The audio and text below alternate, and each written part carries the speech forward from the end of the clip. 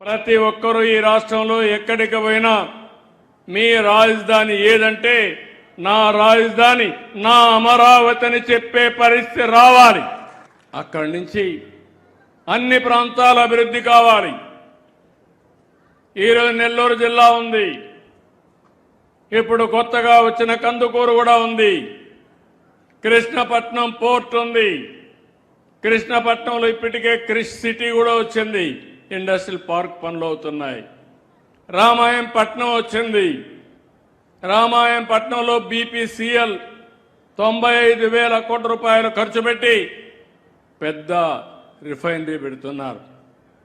అదే సమయంలో అక్కడనే అరామ్కో కూడా వచ్చి వారితో కలిసి నెక్స్ట్ లెవెల్కి తీసుకుపోవాలని ఆలోచిస్తున్నారు. శ్రీ సిటీ ఇక్కడే ఉంది.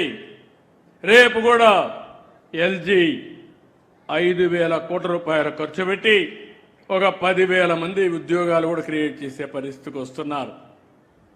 ఇప్పటికే చాలా ఇండస్ట్రీస్ వచ్చాయి, ఇంకా పరిశ్రమలు వస్తాయి. ఇంకో పక్క రాయలసీమ ఉంది, గ్రీన్ ఎనర్జీ హబ్గా తయారవుతుంది, హైటెక్ ఇండస్ట్రీస్ వస్తాయి. విశాఖపట్నంలో స్టీల్ వస్తుంది,